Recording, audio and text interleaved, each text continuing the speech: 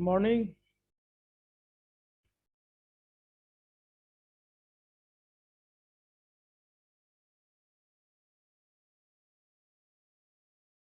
बाकी स्टूडेंट्स कहाँ है सब अभी तक? ओके, धीरे धीरे ज्वाइन हो रहा है। Am I audible clearly?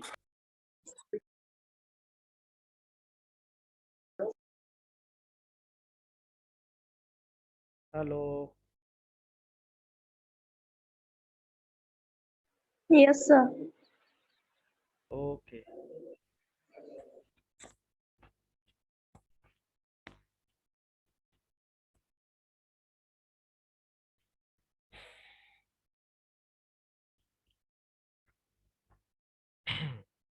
Okay. So तुम लोग अपना अपना names and roll number chat box पे लिख दो।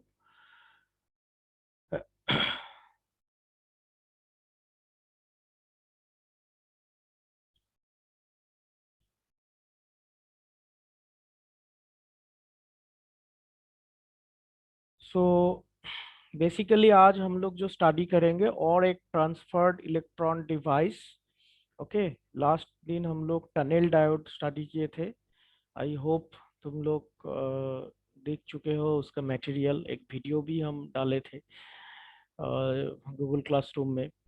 एक इंग्लिश में था, एक हिंदी में था, तो दोनों में से कोई भी देख सकते हो। सो आज और एक ट्रांसफर्ड इलेक्ट्रॉन डिवाइस जो कि गन डायोड। ओके, बहुत ही पॉपुलर है। एंड उसका बेसिक्स, उसका वर्किंग प्रिंसिपल, उसका एप्लीकेशंस, ये सब देखेंगे। सो मेन होता है वर्किंग प्रिंसिपल। सो कोई भी ये सब जो डिवाइसेस है डायोड से, तो इसको स्टडी करने के टाइम हम लोग को इस तरह से दिमाग में रखना है कि उसका बेसिक ऑपरेशंस, उसका पैरामीटर्स, आई थिंक उस कौन सा रेंज में काम करता है, इस टाइप से। देन उसका स्ट्रक्चर, उसका अगर डायोड होगा तो उसका डायोड का symbol, and then working principle जो कि सबसे इम्पोर्टेंट है। एंड वर्किंग प्रिंसिपल के अंदर देखोगे कुछ ना कुछ, कोई भी एक डायोड या फिर कोई भी डिवाइस का कुछ स्पेशल फीचर्स रहता है। जैसा कि मान लो टनल डायोड के केस में था टनलिंग इफेक्ट। ठीक है, तो वो इम्पोर्टेंट होता है। इस बार हम लोग देखेंगे जब गन डायोड स्टडी करने जाएंगे तो उसमें गन इफेक्ट होता है। ठीक है, तो कोई भी एक डिवाइसेस, कोई भी एक डायोड का कुछ स्पेशल कुछ फीचर्स रहता है, तो वो हम लोग को देखना होगा। Then lastly applications. ओके, तो इस तरह से हम लोग को one by one, step by step हम लोग को स्टडी करना पड़ता है। तो इस तरह से स्टडी करोगे तो अगर मान लो शॉर्ट नोट पूछा जाएगा 7 मार्क्स में, 10 मार्क्स में, तो तुम लोग को इसको रिप्रेजेंट करने में भी आसानी होगा।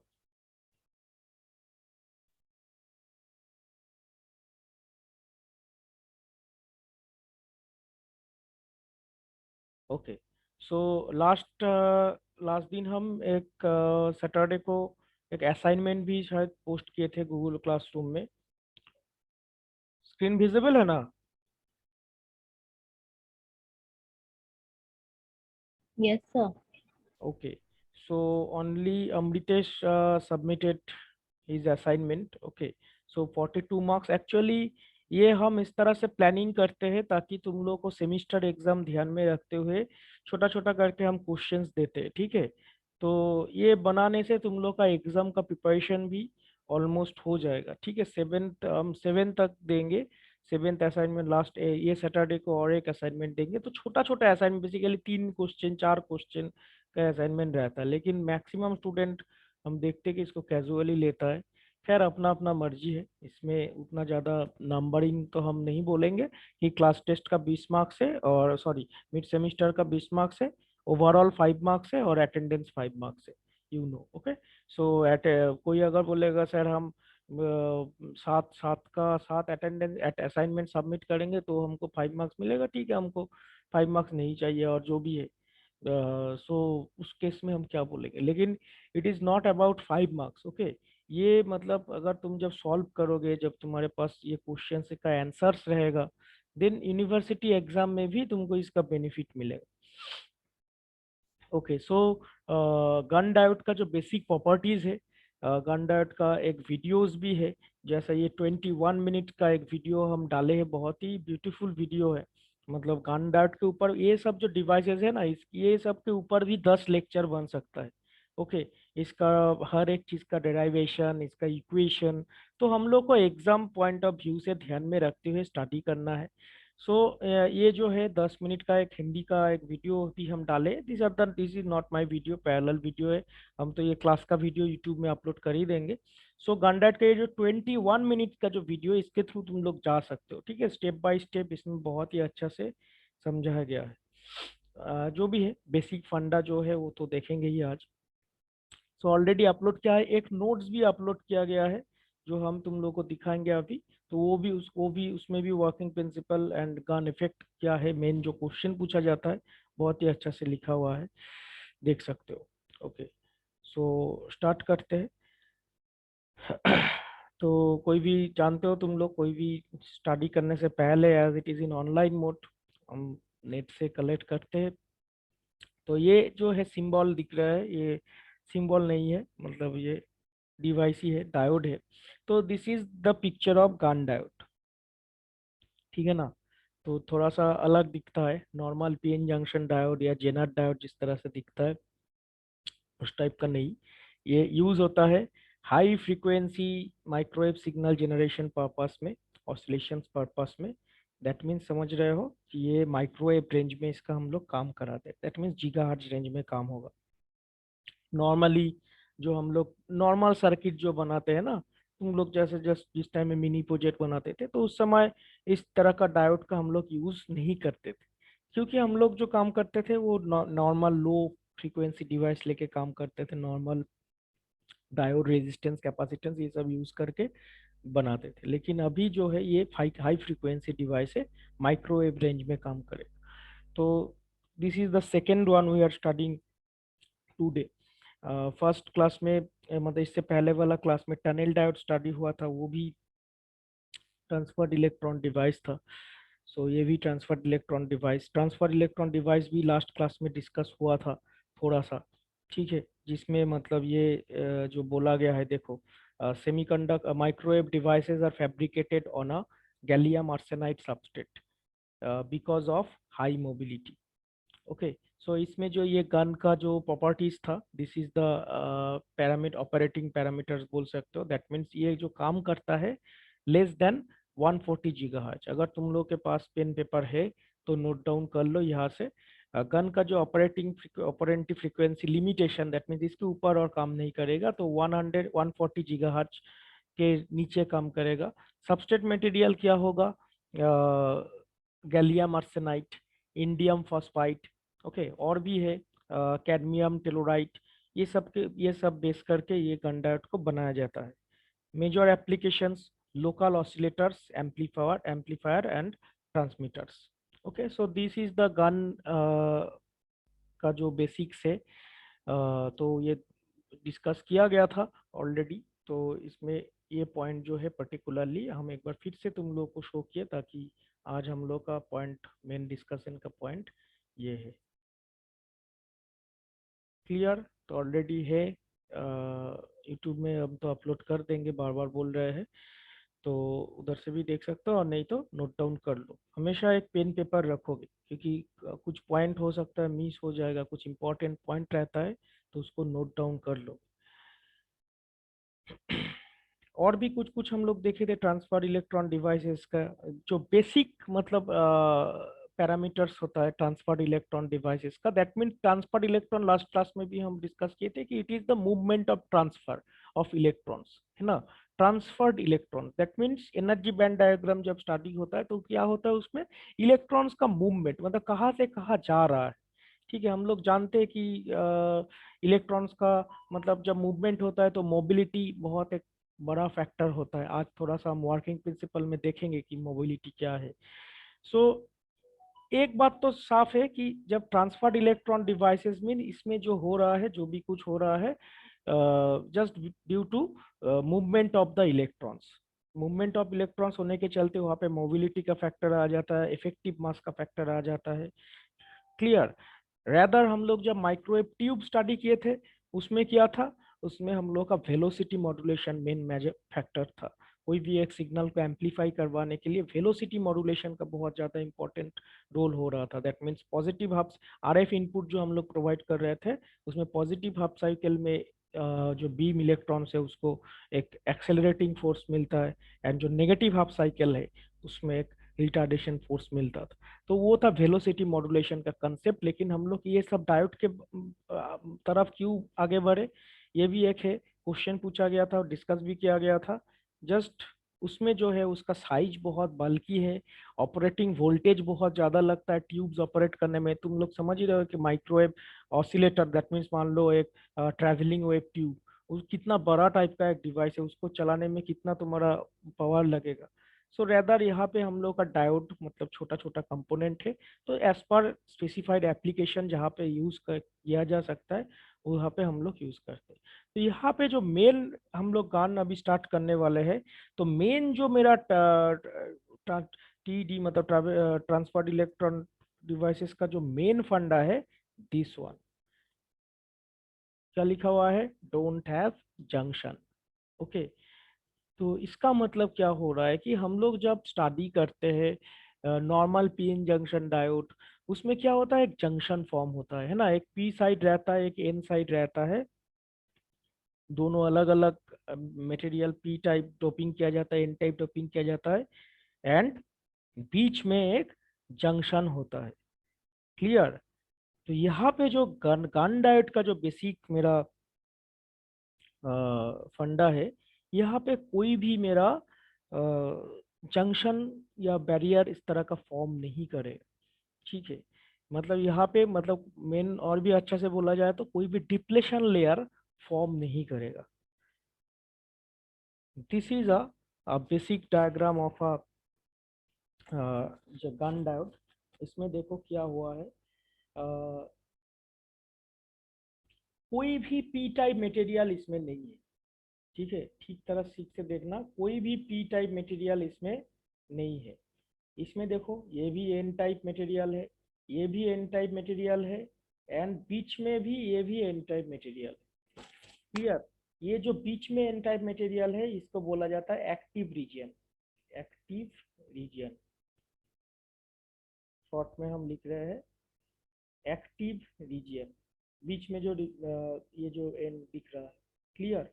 एंड ये साइड जो ऊपर में जो रहेगा इसका थोड़ा सा वॉल्यूम ज़्यादा रहेगा, इसका भी इसी के मतलब एक्टिव रीजन के बराबर रहता है। मतलब ये डायग्राम से मतलब थोड़ा सा हमको एक विजुअलाइजेशन होता है।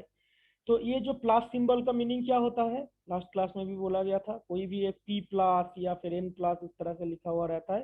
दैट मीन्स वो जो मटेरियल है, ठीक है, एन टाइप मटेरियल, उसमें उसका कंसेंट्रेशन बहुत ही ज्यादा है, उसका कंसेंट्रेशन बहुत ही ज्यादा है। N plus concentration that means it is heavily doped. Clear, it is heavily doped. बीच में जो एक्टिव रीजन है उसको लाइटली डोप रखा जाता है एज कंपेयर टू ये जो आगे पीछे जो एनोड एंड कैथोड के साथ कनेक्टेड होगा, उसके कंपैरिजन में बीच में एक्टिव रीजन में जो एन रखा जाता है तो वो कंपैरेटिवली लोअर ऑर्डर डोपिंग किया जाता है। ठीक है, तो ये है एक हाई हाई डोपिंग हो गया, ये साइड में दो हाई डोपिंग हो गया। ठीक है, नॉर्मली हम लोग क्या करते हैं, पी सपोज मान लो ट्रांजिस्टर के केस में, तो कुछ तो मतलब अलग तो करना पड़ेगा ना, अगर सारा सेम रहेगा तो फिर कैसे होगा। तो उस तरह से मतलब इधर कंसेंट्रेशन के बेस में ये सबस्ट्रेट को अलग अलग किया जा रहा है। ठीक है, दैट मीन्स ये हम लोग को मेन जो बात है कि हम लोग को याद रखना पड़ेगा कि ये जो मटेरियल है ये मटेरियल सिर्फ एन टाइप से बनता है, नॉट पी। पी यहाँ पे होगा ही नहीं गन डायोड के केस में।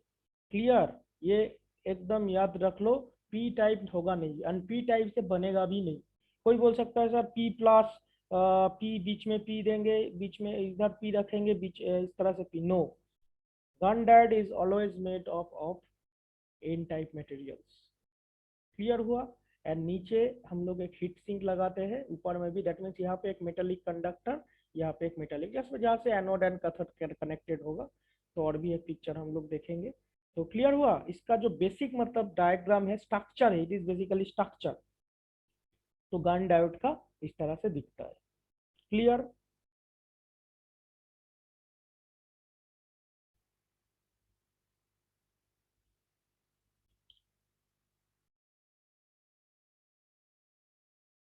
Okay, so coming to the point,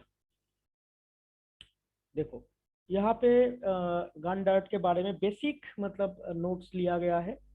तो जस्ट लाइक हम हर क्लास में बोलते हैं कि ये जो है हमने इंटरनेट से ही लिए है, यूट्यूब से लिए है, एक चैनल से लिए है। सो this is not my own material, so educational purpose के लिए हम यूज़ कर रहे हैं। इसका जो सोल क्रेडिट है वो इसका ओनर को ही जाता है। ओके, सो गन डायोड का देखो यहाँ पे बेसिक क्या लिखा हुआ है। It is a semiconductor device formed only an type material. ठीक है, clear, only an type material, यहाँ पे कोई भी पी टाइप मटेरियल यूज नहीं होगा, only N type material.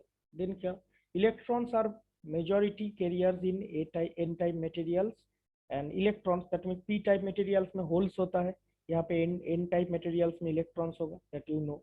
Electrons are majority carriers in n-type material and these electrons are transferred from valley to another। Valley to another, यहाँ पे क्या phenomena हो रहा है वो हम लोग देखेंगे इसका बैंड डायग्राम जब स्टडी करेंगे एंड इसका ग्राफ भी जब स्टडी करते हैं। कौन सा मटेरियल यूज हुआ है, mainly gallium arsenide, indium phosphide, और भी एक यूज किया जाता है कैडमियम टेलोराइड। ये मेनली तीन, कैडमियम टेलोराइड का जो फॉर्मूला होता है TdCdTe। बेसिकली ये तीन मेटल से ही, मतलब ये this are the compound material. Okay, जैसा कि हम लोग जो देखते हैं ना, सिलिकॉन, जर्मेनियम, तो सिंगल मान लो एक पीएन जंक्शन डायोड सिर्फ सिलिकॉन से बना हुआ है, एक सिंगल जर्मेनियम से बना हुआ है। तो वो सब जो है एलिमेंटरी कम एलिमेंट है, बेसिकली एक पर्टिकुलर एक एलिमेंट है। लेकिन यहाँ पे देखो दो, गैलियम एक है, आर्सेनाइड एक है। ये बेनिफिट, ये मतलब कंपाउंड मटेरियल यूज करने से हम लोग का एक फायदा होता है। ठीक है, जिसमें मतलब जो हम लोग को चाहिए नेगेटिव रेजिस्टेंस देने के लिए, तो इसका वो मीट कर जाता है, मतलब इसका सारा जो कैरेक्टराइज है वो मीट कर जाता है। तो वो भी देखना पड़ेगा, ये भी एक दिन में तो नहीं हुआ है, आफ्टर सेवरल रिसर्च, मतलब कौन सा मटेरियल के बीच में कंपाउंड कराने से बाद हम लोग को उस तरह का बिहेवियर मिले। तो बहुत रिसर्च के बाद ये सब जो है हम लोग का सामने आ गया है। तो अभी तो मतलब हम लोग को पता है, इसीलिए डायरेक्ट हम लोग लेके काम करते हैं। तो आगे दिन में हो सकता है 5 साल 10 साल बाद और भी कोई नया नया कंपाउंड हम लोग के सामने आ जाए। लगातार इसके ऊपर रिसर्च हो रहा है, रिसर्चर इसके ऊपर काम कर रहा है। लेकिन अभी mainly gallium arsenide is the very very mostly common compound material. Okay, यहाँ पे कोई पर्टिकुलर मतलब एक सिंगल मटेरियल नहीं यूज होता है, जैसा सिलिकॉन, जर्मेनियम उस तरह से नहीं यूज होता है। टोटल गैलियम आर्सेनाइड या इंडियम फॉस्फाइड इस तरह से यूज होता है। This materials are used for the fabrication of Gunn diode. Okay, और यहाँ पे जो देख रहे हो, this is the symbol of Gunn diode. Diode का जैसा सिंबल होता है ना इस तरह से, तो उसको दो मतलब डायोड उल्टा करके कनेक्टेड आपस में, तो बीच में कोई भी लाइन नहीं है। तो इस तरह से गन डायोड को हम लोग रिप्रेजेंट करते हैं। ठीक है, सिंबल याद रखोगे, सिंबल देना पड़ेगा समटाइम्स कॉम्पिटिटिव एग्जाम में, या इसमें एक सिंबल दिया हुआ रहता है कि व्हिच डायोड इट इज, तो टिक कर देना है गन डायोड। ओके, सो हाई फ्रीक्वेंसी डिवाइसेस है। तो नॉर्मली जो मेन बात है यहाँ पे गान का हम लोग का क्या क्या पॉइंट सामने आ रहा है कि it is made up of with only N type compound material. Okay, gallium arsenide, indium phosphide, there is no such P type, only N type material. Clear, ये एक पॉइंट सामने आ गया। कौन सा मटेरियल से बनता है ये पॉइंट सामने आ गया। दूसरा हम क्या एक चीज क्या बोले कि it is a negative resistance device, negative resistance. ठीक है, negative resistance just like tunnel diode, मतलब ये पहले तो इसका स्लोप पॉजिटिव बनेगा, देन धीरे एक नेगेटिव रेजिस्टेंस जो रीजन जो होगा यही इसका मेन ऑपरेटिंग रेंज, मतलब वहाँ उसी के लिए हम लोग इसको काम कराते हैं।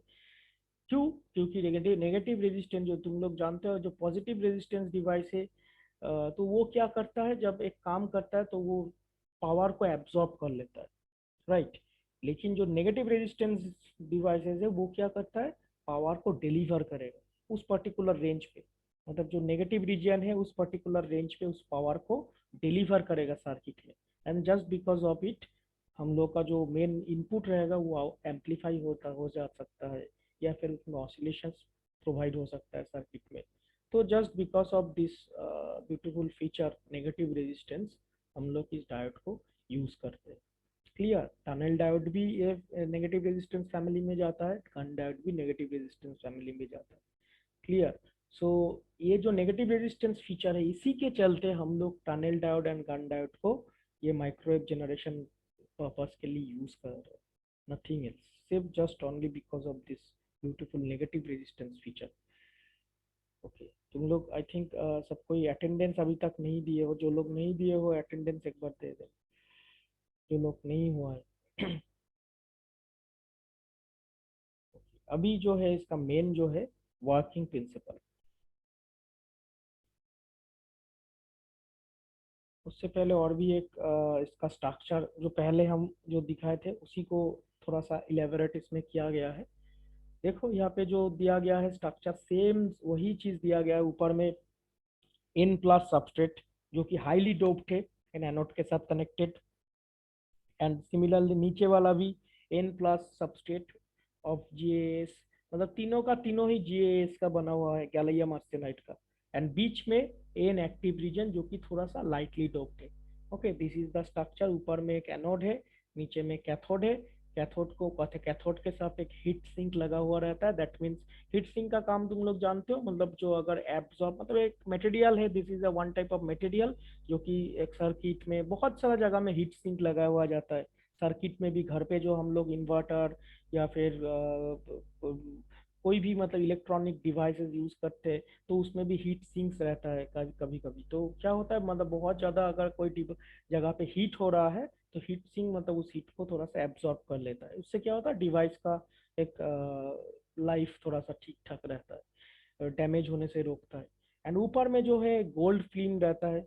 ठीक है, मतलब जो मेटेलिक कंडक्शन तो उतना नहीं चाहिए, मतलब हम लोग को जो चाहिए कि एनोड एंड कैथोड जो है वो मेनली एक कंडक्टर, एक मतलब एन साइड के, N side N plus side के साथ जो एनोड एंड कैथोड कनेक्टेड होता है उसके बीच में एक मेटेलिक कंडक्टर चाहिए, बस इतना ही सफिशियंट है। ओके, सो क्योंकि हर टाइम ये गोल्ड से ही बनेगा, this is not necessary. Okay, gold का दाम तुम लोग जानते हो, लेकिन ये आइडियल केसेस में गोल्ड फिल्म का होता है। So it is fabricated from only three type material. Thus is not a PN junction device.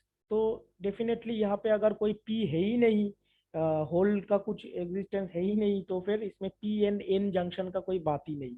ठीक है, PN जंक्शन कोई भी फॉर्म नहीं होता है। Gunn diode is a three-layer device in which lightly doped N semiconductor is placed between two highly doped N-type material. यहाँ पे दिख ही रहा है। एंड बीच में जो एन टाइप मटेरियल है इसको एक्टिव रीजन या एक्टिव लेयर बोला जाएगा। Clear? I think structure clear हुआ गन डायोड का। अभी जो मेन होता है, हम लोग वर्किंग इसका जो मेन है उसी में हम लोग आते हैं। ठीक है, तो वर्किंग स्टडी करने के समय हम लोगों का जो है एक चीज हम लोग को ध्यान में रखना होगा, वो है RWH थ्योरी। ठीक है, ये बेसिकली इलेक्ट्रोमैग्नेटिक फील्ड जब स्टडी हुआ था, आई थिंक तुम लोग ये थ्योरी पढ़ चुके हो। माइक्रोवेव में तो सिलेबस में उस तरह से RWH थ्योरी मेंशन नहीं है, लेकिन ये जो मॉडल है, मतलब ये RWH थ्योरी का नाम क्या है, लिख रहा है इधर, Ridley Watkins Hilsum theory. Ridley Watkins Hilsum theory, ये थ्योरी मतलब हम लोग का स्पेसिफाई करता है कि इलेक्ट्रॉन्स का movement, that mean it is directly related with transferred electron device, right. So यहाँ पे ये थ्योरी से तुम लोग गन का वर्किंग प्रिंसिपल एक्सप्लेन कर सकते हो। एंड समटाइम्स एग्जाम में, क्योंकि ये बहुत ही इंपॉर्टेंट एक थ्योरी है, ठीक है, तो एक शॉर्ट नोट 3 मार्क्स 4 मार्क्स, मतलब ये जो पिक्चर देख रहे हो, ये पिक्चर से ये थ्योरी टोटली एक्सप्लेन हो जाएगा। तो हम नोट में तो इसको नहीं लिखे हैं, बुक्स में तो तुम लोग को मिल ही जाएगा, लिया उसका बुक से तो RWH थ्योरी मिल जाएगा, देख सकते हो। तो इसका जो बेसिक है वो थोड़ा सा हम तुम लोग को बोलना चाहेंगे क्या है। देखो, फर्स्ट ऑफ ऑल ये जो गन डायोड है, गन डायोड हम क्या बोल रहे हैं कि it is a compound N type material, right, मतलब गैलियम आर्सेनाइड जो कंपाउंड मटेरियल से बना है। एंड यहाँ पे जो और भी एक चीज जो दिख रहा है कि मोबिलिटी, मोबिलिटी का एक फैक्टर यहाँ पे आ जाता है। सो बात कर रहे हैं मोबिलिटी के बारे में। तो जंक्शन यहाँ पे कोई भी नहीं होता है, ठीक है। तो यहाँ पे होता क्या है मेनली, वो हम पहले तुम लोग को बोलना चाहिए। तो यहाँ पे नीचे देख रहे हो ईवी लिखा हुआ है, that means it is a valence band. ये एनर्जी बैंड डायग्राम के थ्रू हम लोग बातचीत कर रहे हैं। ये जो RWS थ्योरी है ये totally based on energy band diagram. Okay, so नीचे एक वैलेंस बैंड तुम लोग का दिख रहा है, थोड़ा सा ठीक से समझना, ठीक है। बुक में या नोट्स में तो मिल जाएगा, लेकिन हम तुम लोग का बहुत ही आसानी से बोलने का कोशिश कर रहा हो, ताकि कोई डिफिकल्टी ना रहे। इसका वर्किंग अगर एक बार समझ में, मेन होता है वर्किंग कोई भी एक डिवाइस का। मेरा साउंड क्लियर है ना?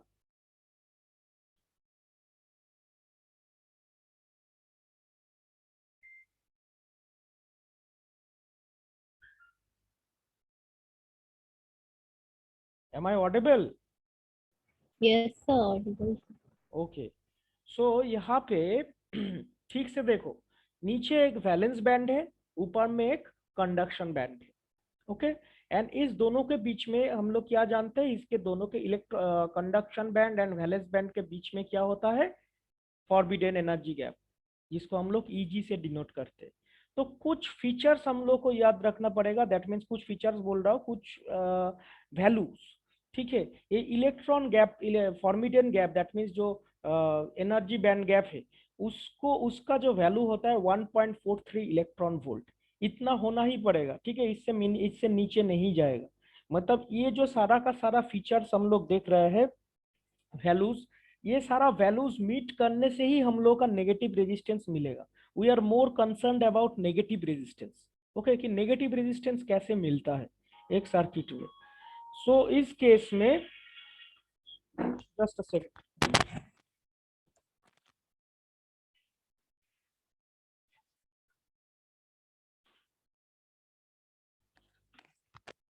ओके, सो नेगेटिव रेजिस्टेंस कैसे मिलता है? Am I connected? तो नेटवर्क पुअर शो कर रहा है। Yes, sir. Connected है. ओके ओके, सो देखो यहाँ पे नीचे वैलेंस बैंड है एंड ऊपर में कंडक्शन बैंड है, बीच में है energy band gap 1.43 electron volt. Okay, so यहाँ पे जो है ना, इलेक्ट्रॉन ऊपर का जो कंडक्शन बैंड होता है, उसके ऊपर भी कुछ बैंड होता है। एक होता है मेरा लोअर वैली, ठीक है, मतलब जिसको तुम लोग लोअर एनर्जी लेवल भी बोल सकते हो। ये जो दिख रहा है ना एक वैली टाइप का, इसमें लोअर वैली। और एक होता है मेरा अपर वैली, ठीक है। उसके ऊपर, मतलब लोअर वैली के ऊपर एक अपर वैली रहेगा, ठीक है। ये जो है ना, ये एक डायरेक्ट बैंड मटेरियल है। डायरेक्ट बैंड मटेरियल कैसे, मतलब ये भी तुम लोग जानते हो, एक ई के डायग्राम से उसको समझा जाता है। मतलब ये डायरेक्टली जाम करता है, तो उसके अंदर हम और नहीं जा रहे हैं, क्योंकि हम टॉपिक से बाहर हो जाएंगे नहीं तो ये डायरेक्ट बैंड मटेरियल है, ये जो गैलियम आर्सेनाइड है, डायरेक्ट बैंड। और एक होता है जो सिलिकॉन, जर्मेनियम, ये सब इनडायरेक्ट बैंड मटेरियल होता है। तो ये इतना याद रखना कि it is a direct band material. Okay, so यहाँ पे जो होता है ना, ये जो फर्स्ट हम लोग एनर्जी कुछ एक्साइटेशन प्रोवाइड करते हैं, मतलब पहले सारा का सारा इलेक्ट्रॉन्स पहले कहाँ पे रहेगा, ये वैलेंस बैंड में रहेगा। इलेक्ट्रॉन का इसी में कुछ भी नहीं रहेगा, यानी कंडक्शन बैंड में कुछ भी नहीं रहेगा।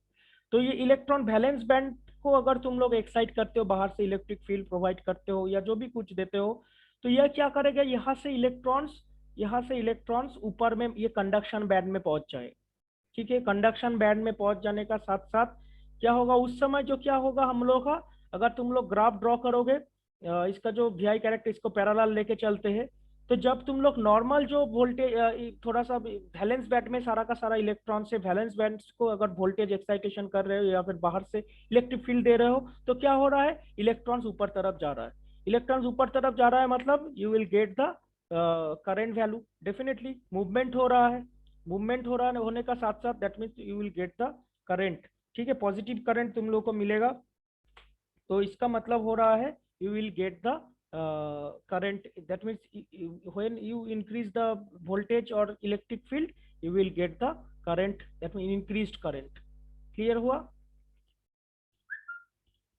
तो अभी जो होगा ना, अभी हम लोग का ये वैली स्ट्रक्चर थोड़ा सा समझना पड़ेगा। ये जो वैली स्ट्रक्चर है, यहाँ पे जो होता है ना, मोबिलिटी जो है, ये जो लोअर वैली, यहाँ पे अभी electron valence band and conduction band over, अभी थोड़ा सा वैली में कंसंट्रेट करो। ये जो लोअर वैली है, लोअर वैली का जो मास रहता है, यहाँ पे जो लिखा हुआ है देखो साइड में, एक होता है इफेक्टिव मास और एक होता है मोबिलिटी।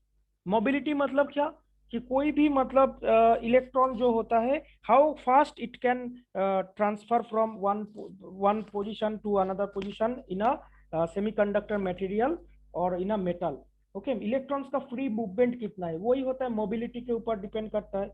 मोबिलिटी तुम लोग जानते हो कि इसको mu equals to V D by E, that means due velocity by applied electric force. Okay, हम एक बार मेंशन कर दे रहे हैं, इन लोगों का पता नहीं है। मोबिलिटी इक्वल्स टू, मोबिलिटी को म्यू से डिनोट किया जाता है, mu equals to V D, that means V D is equal to drift velocity. Okay, and इसका applied external electric field, this is the definition of the mobility। okay, so क्योंकि mobility लेके बार बार बात होगा। Okay, so यहाँ पे हम लोग क्या देख रहे हैं कि इसका जो मोबिलिटी है ना, मतलब लोअर वैली का, यहाँ पे जो एल लिखा हुआ है that means lower valley, and ये जो यू लिखा हुआ है that is upper valley. And जो हम लोग का इलेक्ट्रोमैग्नेटिक फील्ड का जो डेफिनेशन होता है कि mobility is inversely proportional to the effective mass, that means effective mass को तुम जितना बढ़ा दोगे, मोबिलिटी धीरे धीरे कम हो जाएगा। क्लियर हुआ? तो यहाँ पे जो अपर वैली रहता है ना, अपर वैली में हम लोग का क्या रहता है, इफेक्टिव मास ज्यादा रहता है, इफेक्टिव मास ज्यादा रहता है इसमें। क्लियर हुआ? इफेक्टिव मास अगर ज्यादा रहेगा तो फिर क्या होगा, मोबिलिटी इसमें कम हो जाएगा, मोबिलिटी मेरा इसमें इस रेंज में कम हो जाएगा। एंड इसमें इफेक्टिव मास इलेक्ट्रॉन्स का कम रहता है, एंड उस केस में मोबिलिटी का जो वैल्यू है वो ये लोअर वैल्यू में ज्यादा रहता है। क्लियर हुआ? ये बहुत ही एक इंपॉर्टेंट है, दैट मीन्स ये लोअर वैली का जो है, लोअर वैली का मोबाइलिटी ज्यादा रहता है, एंड अपर वैली का मोबाइलिटी कम रहता है। ठीक है, इसी के ऊपर बेस करके सारा का सारा कुछ होगा। क्लियर? तो देखो, अब यहाँ पे जब हम लोग क्या बोले थे पहले, कि इलेक्ट्रॉन पहले जो वैलेंस बैंड में इलेक्ट्रॉन्स था उसको एनर्जी मिला, वो कंडक्शन बैंड में आ गया। क्लियर? जो इसमें हम लोग का पॉजिटिव रेजिस्टेंस, जो ग्राफ का जो ये पार्ट था, वो हम लोग का मिल रहा है। अभी क्या हो रहा है, अभी हम लोग का फिर से अगर वोल्टेज को इंक्रीज कर रहे हैं, तो उस केस में क्या होगा, अभी जो कंडक्शन बैंड में जो इलेक्ट्रॉन्स बैठा हुआ है, कंडक्शन बैंड का कुछ इलेक्ट्रॉन में से कुछ इलेक्ट्रॉन्स क्या होगा, एक्साइट होके अपर वैली में पहुंच जाएगा, अपर वैली में पहुंच जाएगा। ठीक है, अब ये अपर वैली में जाने के साथ साथ, अपर वैली में गया तो उस केस में जब इतना टाइम तक हम लोग का मतलब मैक्सिमम करंट हम लोग को मिला, जिसमें मतलब वो जो पिक पॉइंट हम लोग बोलते हैं ना, पिक पॉइंट, तो वो पिक पॉइंट हम लोग का अराइज हुआ। अब हम लोग का शुरू होगा नेगेटिव रेजिस्टेंस। तो देखते हैं कि इसमें ऐसा क्या होता है कि इसमें मतलब ये हम लोग का करंट धीरे धीरे कम हो जाता है, मतलब वोल्टेज तो इंक्रीज करते चले जाएंगे लेकिन हम लोग का करंट जो है वो कम हो जाएगा। देखो ये क्यों हो जाएगा बोलो तो, क्योंकि तुम जानते हो कि अपर वैली में जो होता है ना, अपर वैली में इलेक्ट्रॉन्स का मोबिलिटी कम रहता है। अपर वैली में इलेक्ट्रॉन्स का मोबिलिटी कम रहता है। मोबिलिटी कम होने का मतलब क्या है, इलेक्ट्रॉन्स आर इमोबाइल, मतलब मूव नहीं कर सकता है। तो इलेक्ट्रॉन्स जितना फ्री रहेगा उतना तुम्हारा करंट कंडक्शन ज्यादा होगा। we know कि only free electrons can participate in the movements और can produce जो करंट हम लोग का मिलता है उसके लिए सिर्फ फ्री इलेक्ट्रॉन्स जिम्मेदार होता है। तो इलेक्ट्रॉन्स जितना फिक्स्ड हो जाएगा, जितना इमोबाइल हो जाएगा, तो उतना तुम्हारा क्या होगा, डेफिनेटली करंट नहीं फ्लो होगा। क्लियर? तो इस केस में जब इलेक्ट्रॉन चला गया उसमें, तो उसमें उसमें चला जाने तक तो ठीक है, अगर उसके बाद फर्दर तुम वोल्टेज को इंक्रीज कर रहे हो, दैट मीन यहाँ से ये जो लोअर वैली है, लोअर वैली से अपर वैली में इलेक्ट्रॉन्स ऑलरेडी आ चुका है। ठीक है, उसके बाद फर्दर हम इंक्रीज कर रहे हैं वोल्टेज को, तो उस केस में क्या हो रहा है, इलेक्ट्रॉन्स और मूव नहीं कर रहा है, यहाँ पे जाके स्टैग्नेंट हो गया है, इमोबाइल। तो क्या होगा, सर्किट में तुम्हारा करंट जो फ्लो हो रहा था उसमें एक डिटोरिएशन आ रहा है। ठीक है, जितना तुम वोल्टेज को ड्रॉप कर रहे हो उतना तुम्हारा करंट धीरे धीरे घट रहा है। तो इसमें क्या होगा, कुछ करंट एनर्जी लूज करके फिर जाके कंडक्शन जो बैंड है, मतलब लोअर वैल्यू भी नहीं, एकदम कंडक्शन बैंड में आके वो फिर से आके गिरता है।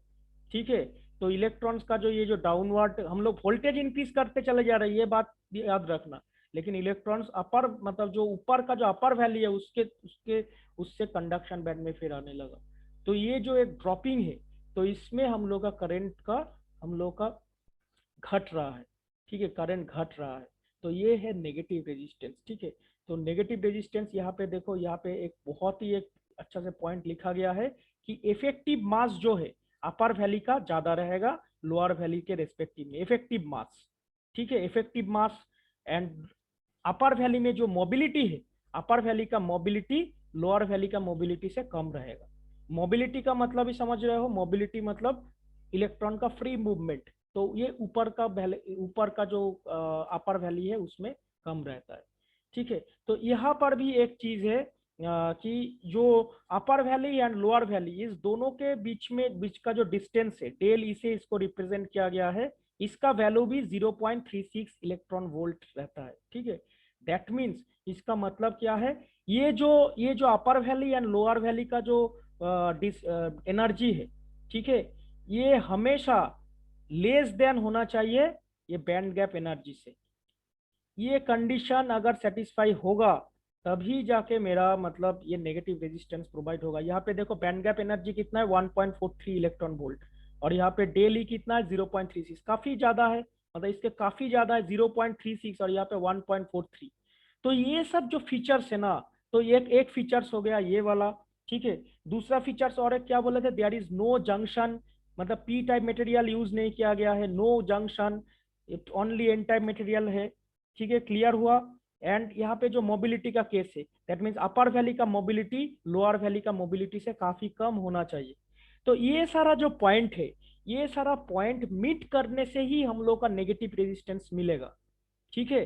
तो अगर तुम लोगों को क्वेश्चन पूछा जाए या फिर कोई कॉम्पिटिटिव एग्जाम में, क्योंकि ये बहुत ही इंपॉर्टेंट एक क्वेश्चन है कि how negative resistance produced in the diode और समथिंग वेरेवर, तो तुम लोग का ये जो दो तीन पॉइंट हम बोल रहे हैं कि डेली डेली का मतलब हो रहा है अपर वैली एंड लोअर वैली का बीच में एनर्जी का डिफरेंस, ईजी क्या है, conduction band and valence band का बीच में इलेक्ट्रॉन्स का सॉरी एनर्जी का डिफरेंस।